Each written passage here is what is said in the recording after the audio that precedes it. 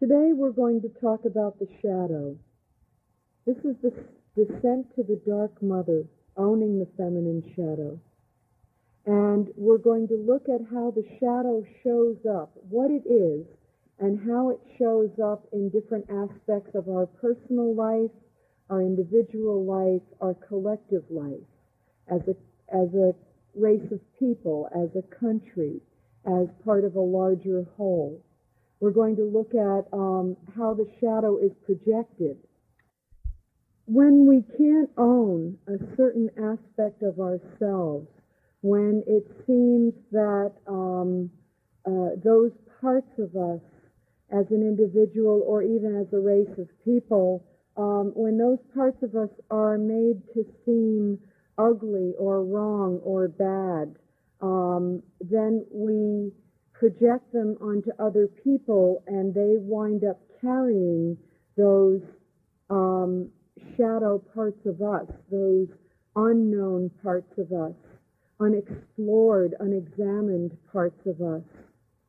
If in our family systems growing up, let's say there were certain feelings that we weren't allowed to express, perhaps anger, so we never get angry, and we always maintain a certain level of calm.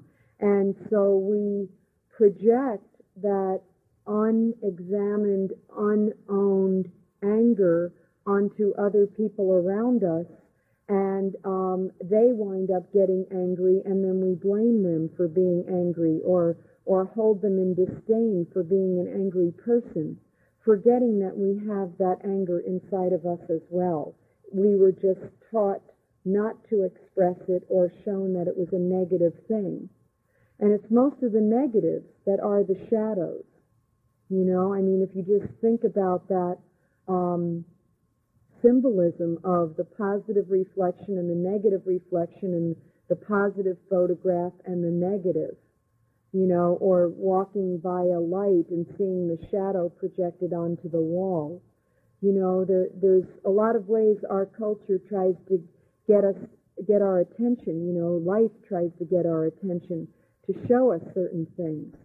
So the shadow is the part of us that is there, but is not owned, is not made conscious or embraced. And so if we are men, then we project the shadow of our unclaimed selves onto our mothers, onto our sisters, onto our spouses. Sometimes the parts of us that couldn't relate to the father as men, we would project onto other males around us and either not relate and hold them in disdain, or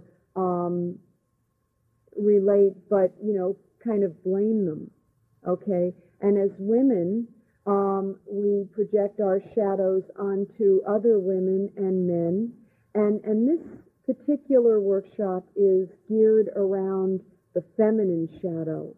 So as women, we either receive the feminine shadow projection from the men in our lives or refuse it, or we also project some aspects of our own feminine shadow onto the other women around us, and let them carry it for us.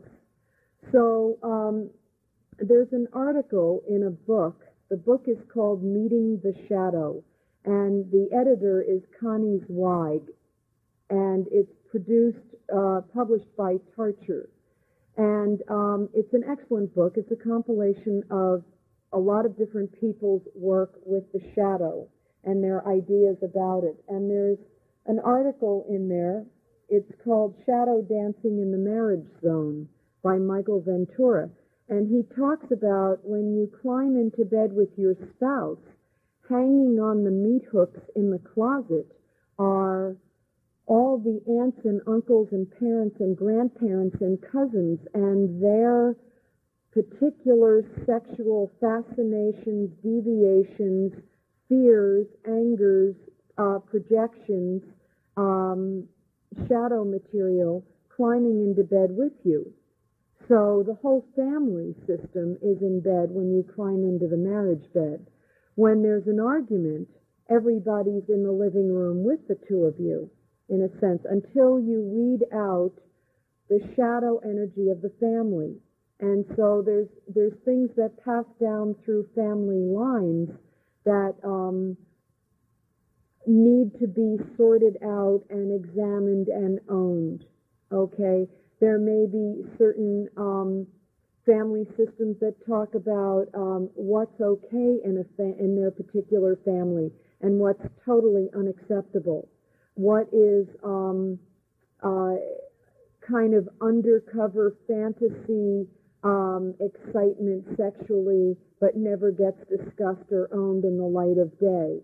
You know, freeing all of this stuff, bringing it into light, owning it, knowing it is a part of you, frees you. It allows you to embrace a whole side of yourself that has been held in the darkness because for one reason or another it wasn't okay for it to come into the light, or for the light to be shown into that place, or for you to travel into the dark to find out what's in there. Okay? And this is a whole other side of your being that, especially in a patriarchal culture that we live in, for women, a lot of these parts are not okay to be acknowledged or owned or brought into day-to-day conscious living. Another way the shadow shows up is in politics.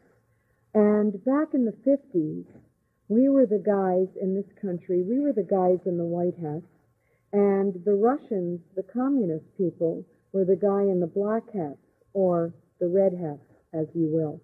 And it was a time when we projected all of our unwanted material and disowned material onto the communist people, the Russian people, and the Chinese people.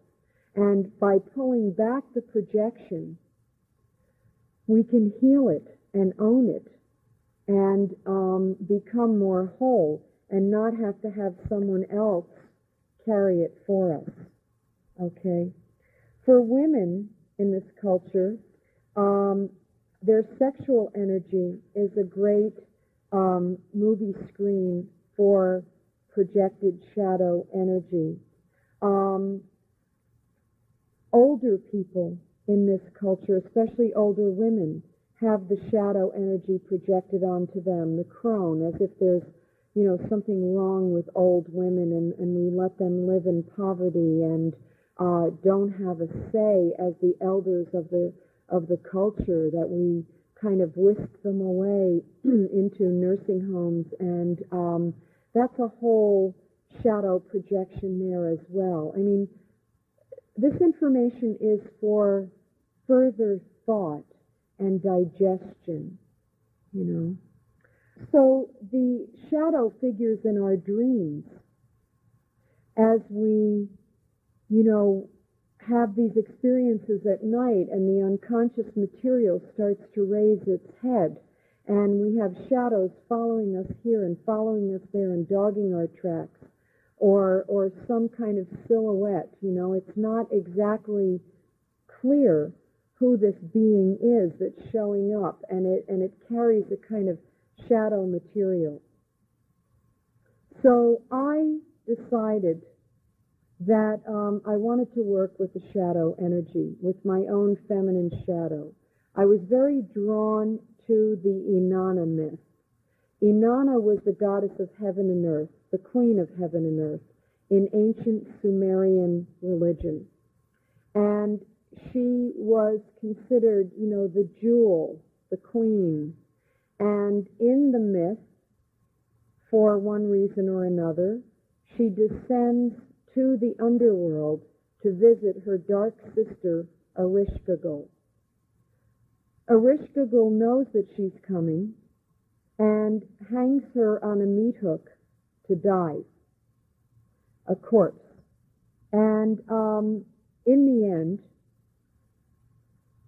Inanna ascends to the throne. She comes back out of the underworld and ascends to the throne In a sense, she is made more whole. But in her descent, she must relinquish certain things about herself, her queenly life, her heavenly life, and her earthly life, and the way she holds herself. And she goes into the underworld naked and willing to experience what she needs there, searching for her dark sister, searching for her shadow self.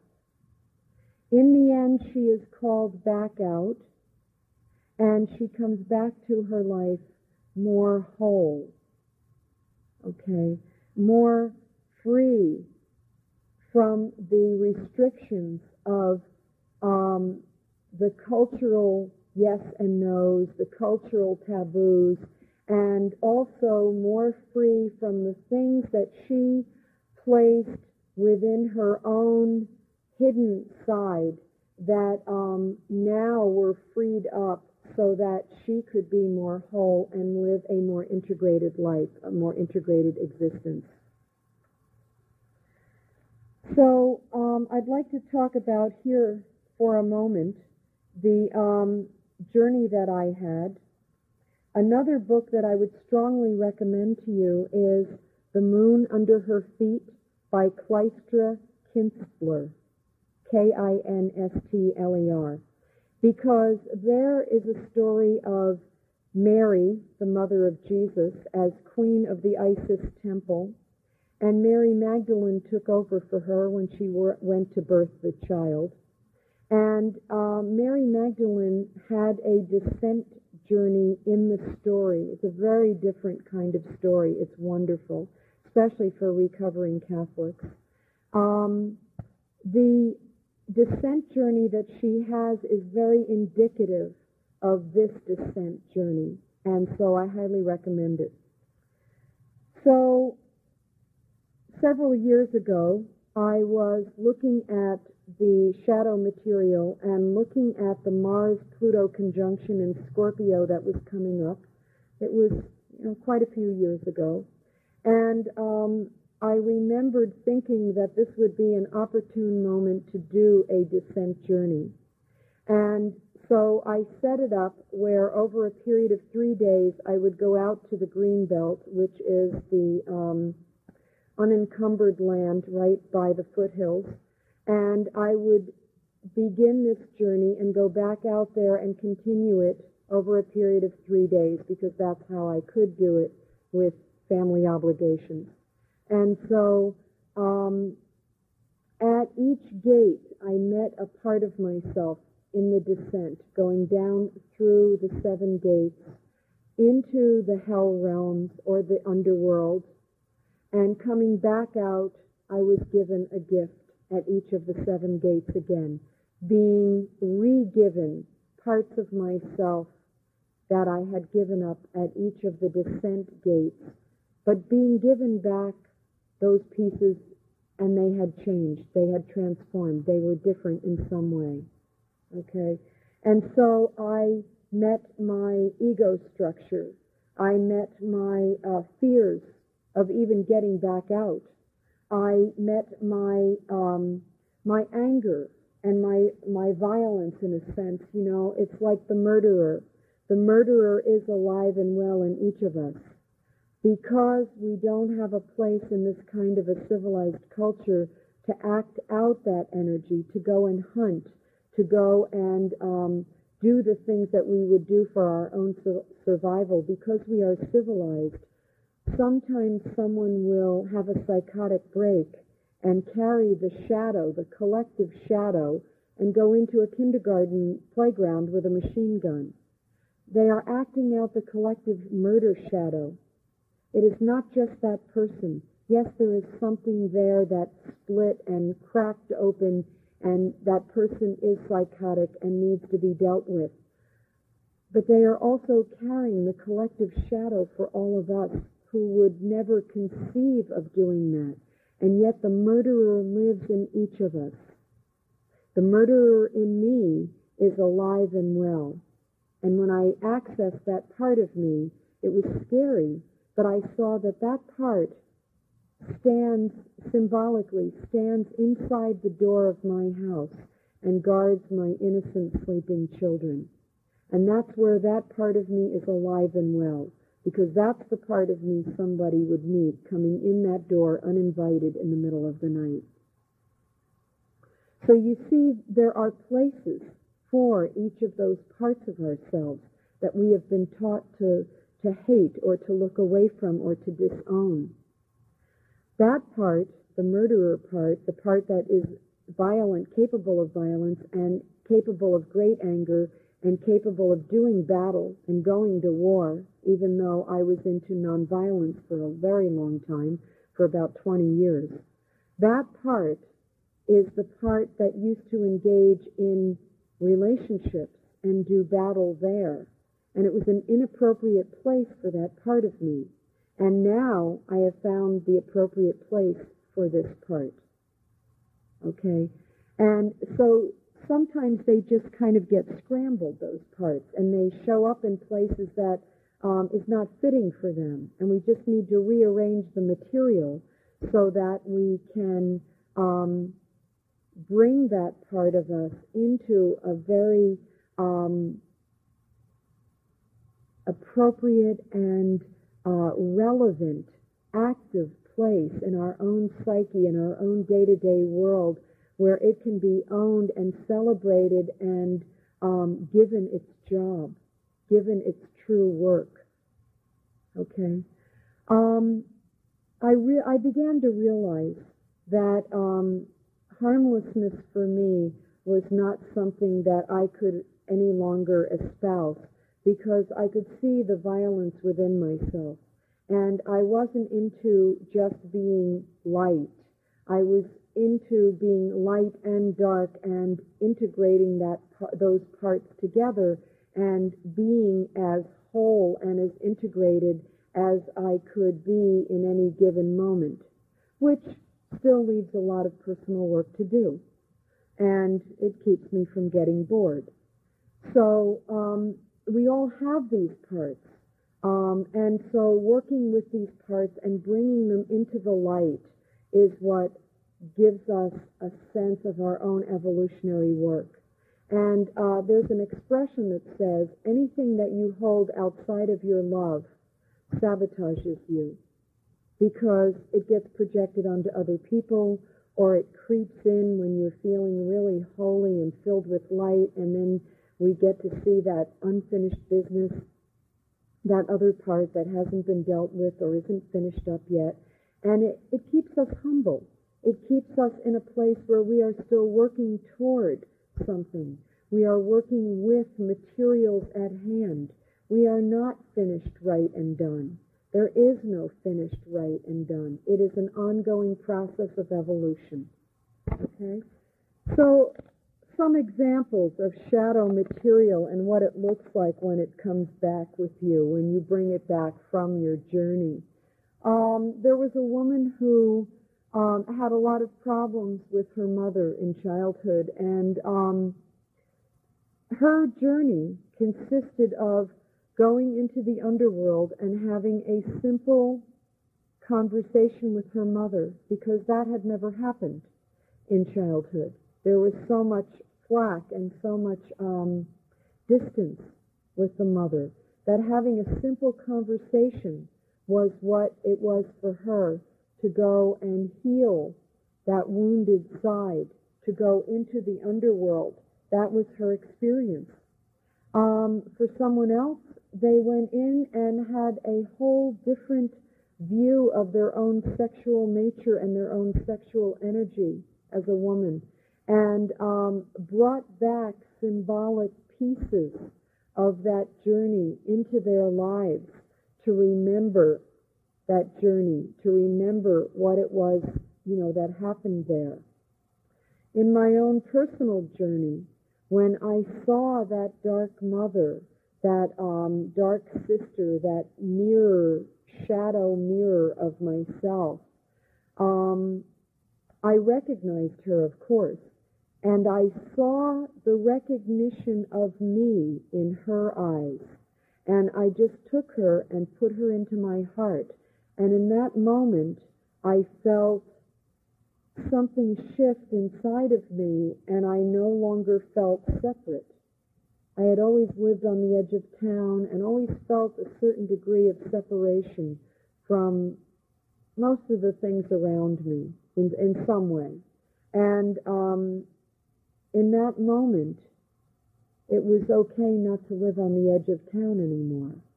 In that moment, it was as I healed the inner separation inside by bringing that part, or those parts that always seemed undesirable, as I healed the separation with those parts, I healed the outer separation of me with everything else.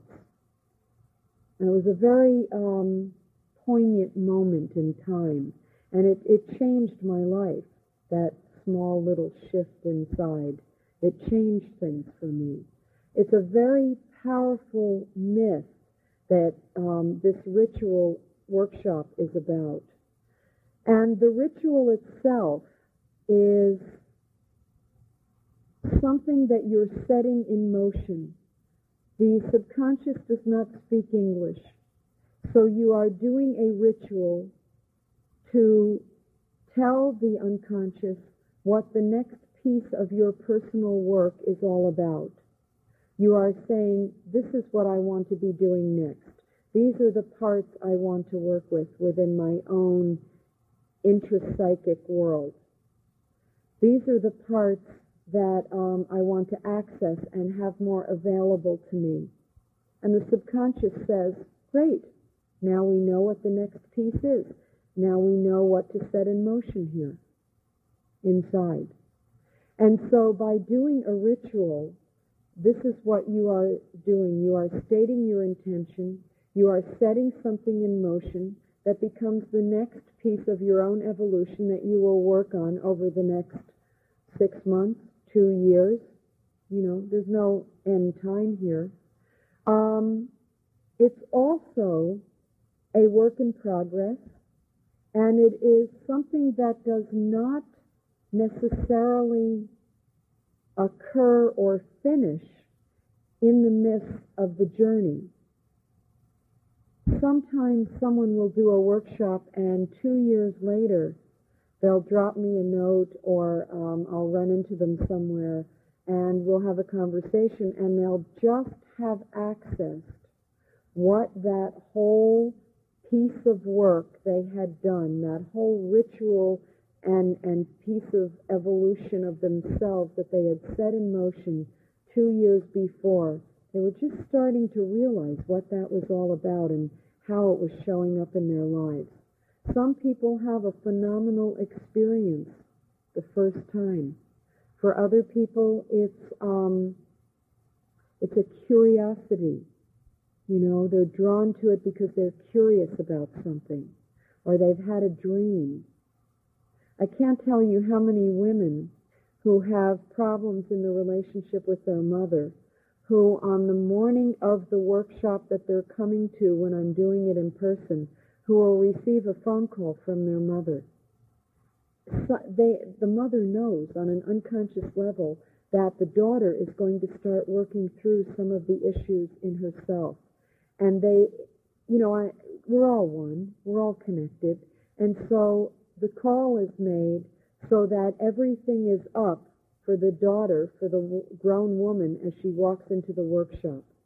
So everything is there and vital and alive to begin the journey, to begin the actual work.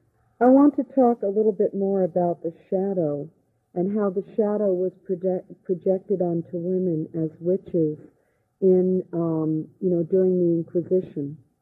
And even before that, when women were held in a regard that made them want to live on the edge of town and not be a full participant because they weren't welcome into the community, when they were seen as strange, when healing was seen as something to seek out when you needed it, but a very strange kind of creature in day-to-day life. and how these people, these women and children, were burned and murdered because they were projected upon. The patriarchy was coming to rise. They wanted, the culture wanted a shift in the healer energy, in the medical energy, in who was in charge, who was in power. And so many women and children were killed in the name of this emerging aspect of the patriarchy. And it's not to say that the patriarchy is any worse than the matriarchy, because when they were both in full bloom, they both had their downside. You know, bringing those two types of cultures together, one would hope, would bring the culture to wholeness, the global culture to wholeness, bringing that feminine and masculine together, bringing the light and the dark, the love and the shadow, the love and the fear, bringing it all together into one concise whole and moving forward from that place. That seems to be the image of integration as we can see it at this point in time, at this point in our evolution. So take this time to arrange your altar or your sacred space, having gathered blankets and cushions for yourself. Take a few minutes to